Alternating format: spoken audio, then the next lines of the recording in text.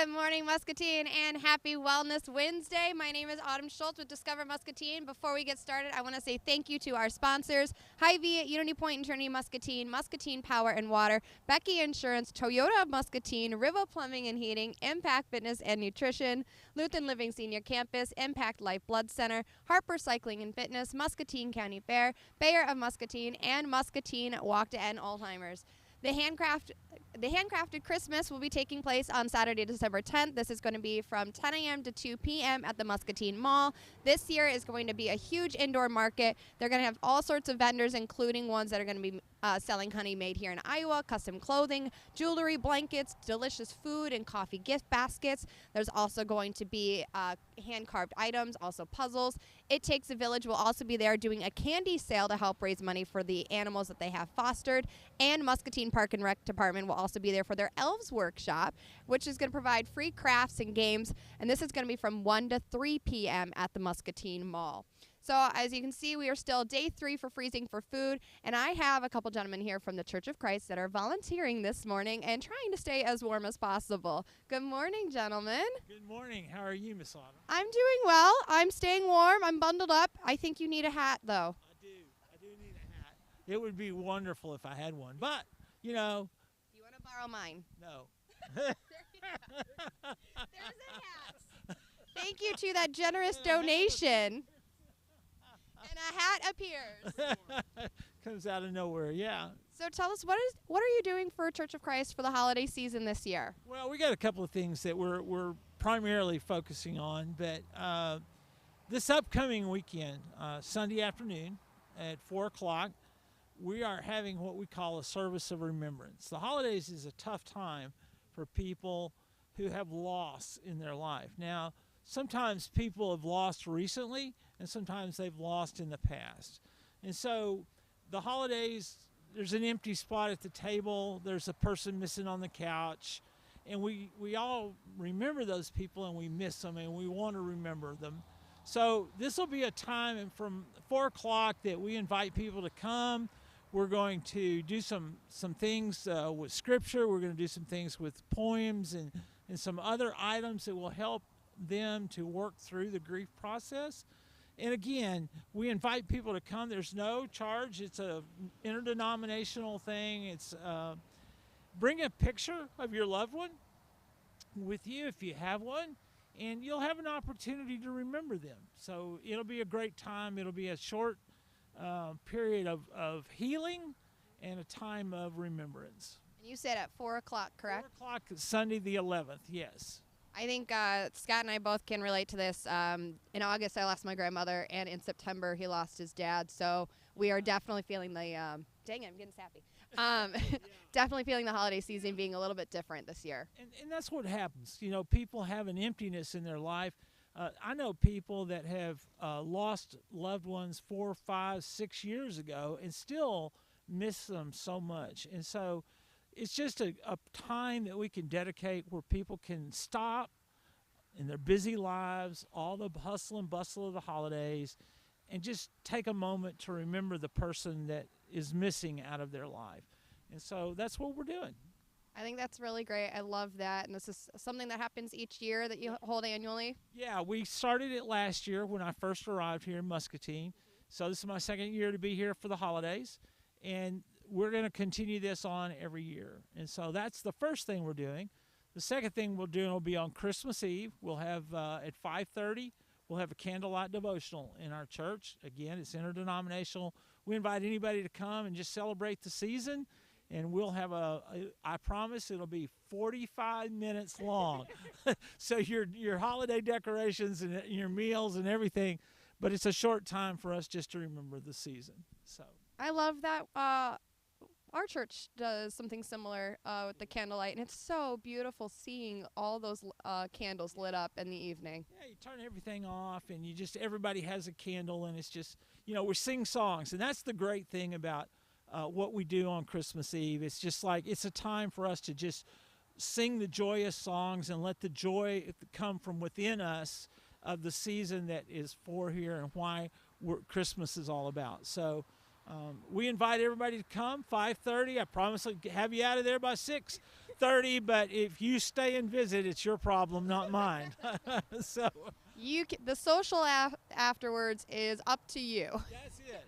You know, and if you want to run home and have your social there, that's fine too. But 5:30 to no longer than 6:30, I promise I'll have everybody out of there. I love that. I think these are two great ways to get the holiday season going.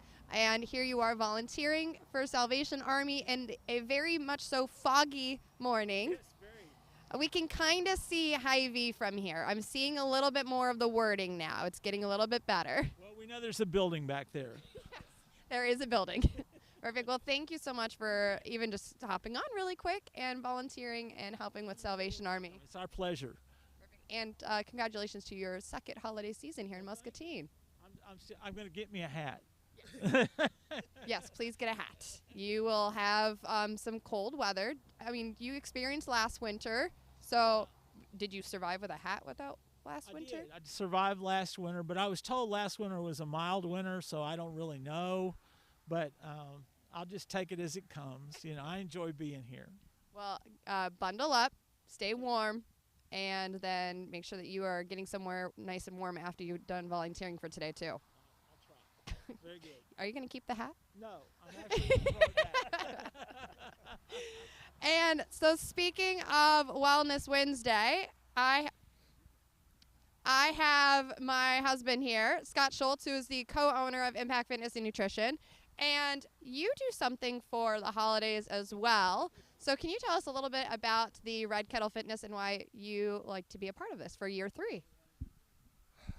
It started with an innocent conversation with Greg Bach a couple years ago. So the year prior to that, I just saw him in the Red Kettle. I was moved by that, and so just made a donation on behalf of Impact.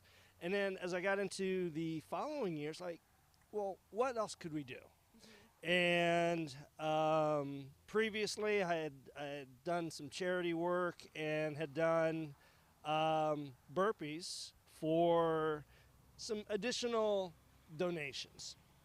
So I said, well, why not? Let's try to do something different. So I met with Greg, and all of a sudden this was born. Mm-hmm. And, we looked at, I just tried to get a movement that everybody can do. And for me, it's very much like life. Burpees, falling down, getting back up again, celebrating it, then falling back down, getting back up again, as often as possible. And so we did that the first year. Last year, we did squats, quite a few squats, and quite a few burpees the previous year. And we did that even during, I don't want to say COVID restrictions, but we had some people come out. We had some golfers of mine that came out, brought some friends that helped out in doing those burpees. Mm-hmm. And so looking at what movement we could do this year, we're going to bring back the burpee, much to everyone's chagrin, I guess. But it's for a great cause. And so we'll be doing that again. What are we going to be here on the 23rd? Yep. And for every dollar that I raise, I do one burpee. And so we've had as many as, we had 1,500. The first year. I think we increased that last year for the squats. The squats didn't hurt as bad as I thought they were.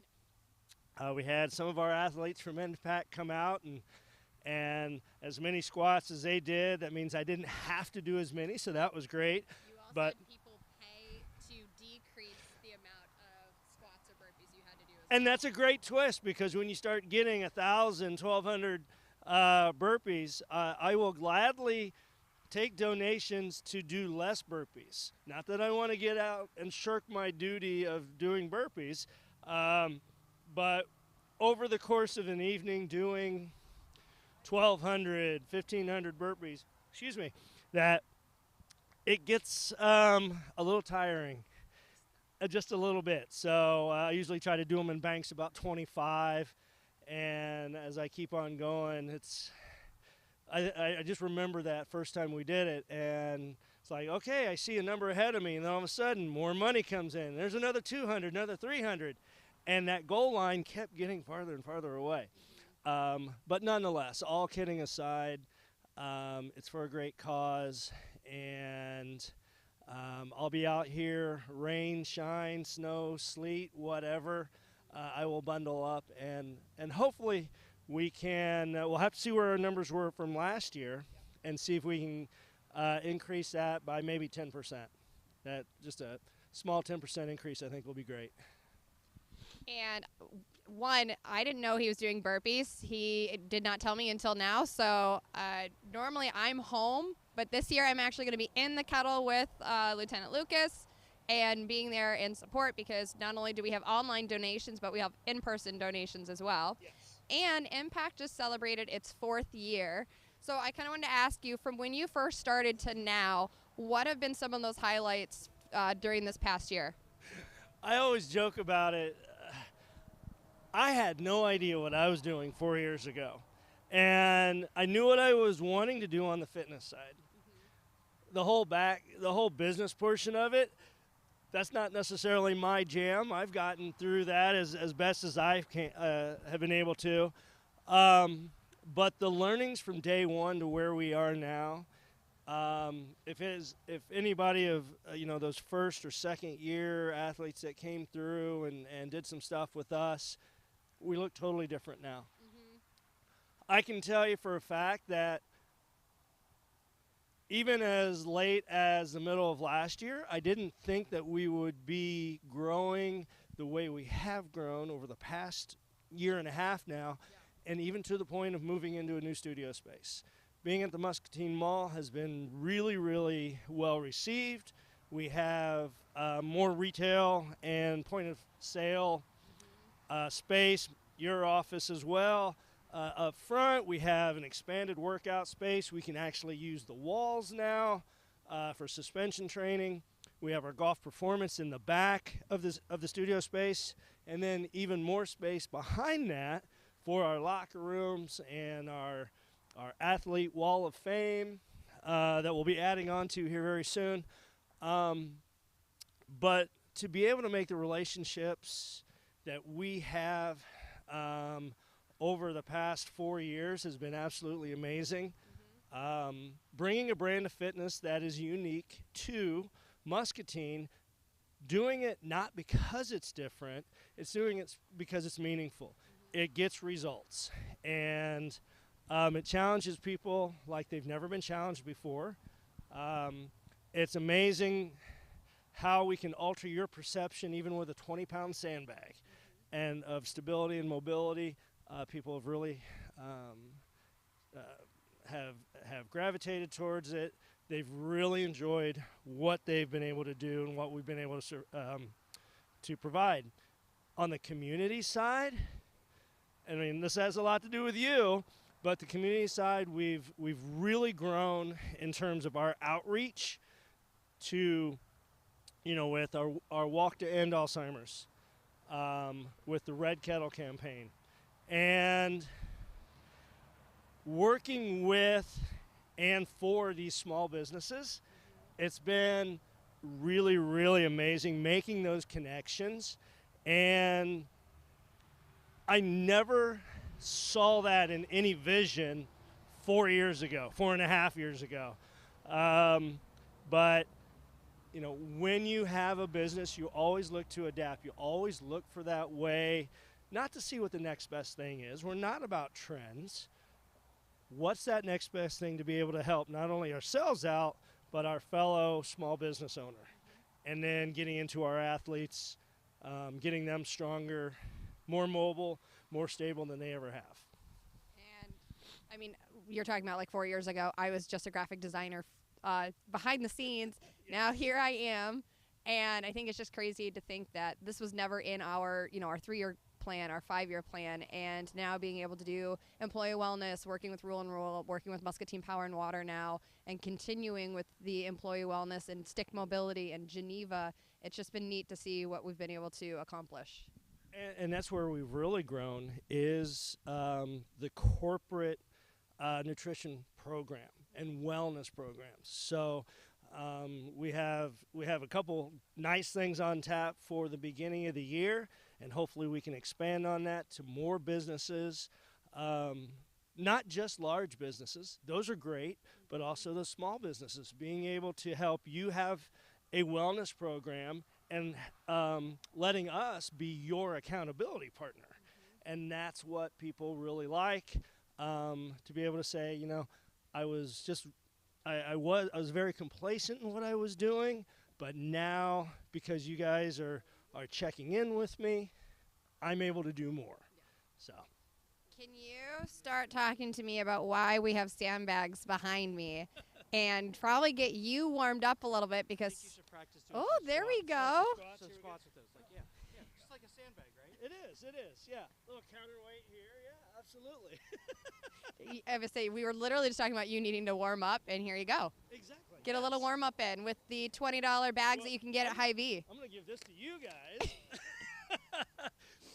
Yeah, because I was nice and warm, and then as I started standing here, I got a little on the chilly side. So definitely want to get moving a little bit. And today we want to talk about one of the 7 primal movements, and it's the hinge. You can look at, okay, hinge, you know, maybe squat. Well, you know, we have to go to the bathroom, so we got to, you know, be able to squat down on the toilet at times. But hinging is one of those movements that really connects our core. Okay. And I'm gonna talk about this on a high level in regards to what our core is.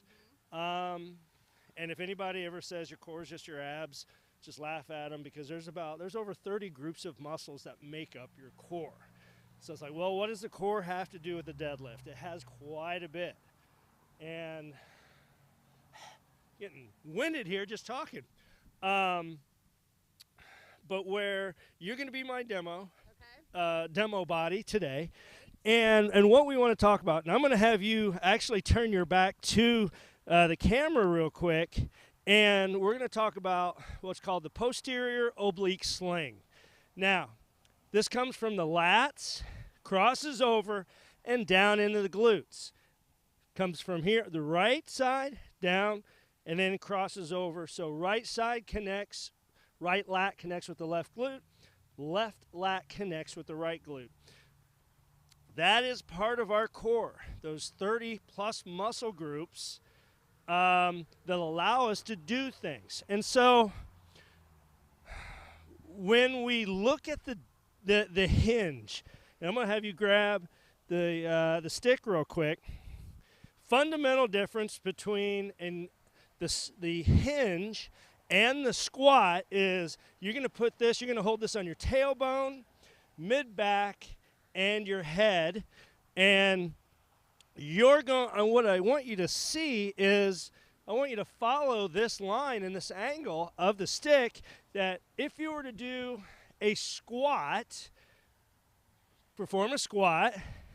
There we go. Let's do a couple. You got to get warmed up too. You can see the angle of the stick, I'd say about 15 degrees off of vertical. Now what I want you to do is a hinge. You can see the difference. This angle then becomes much wider to vertical. Knees stay over the ankles, and we sit back into the chair. We use a lot of external cues, touching a wall, sitting into the chair. But what we're recruiting is everything from the glutes on up. If we don't have this strong core, it becomes a little bit more difficult to perform our deadlift. The other thing is, all of you chairborne rangers out there working in offices, what happens is that as we're on our phones, as we're in our office on our computers, what happens is we round.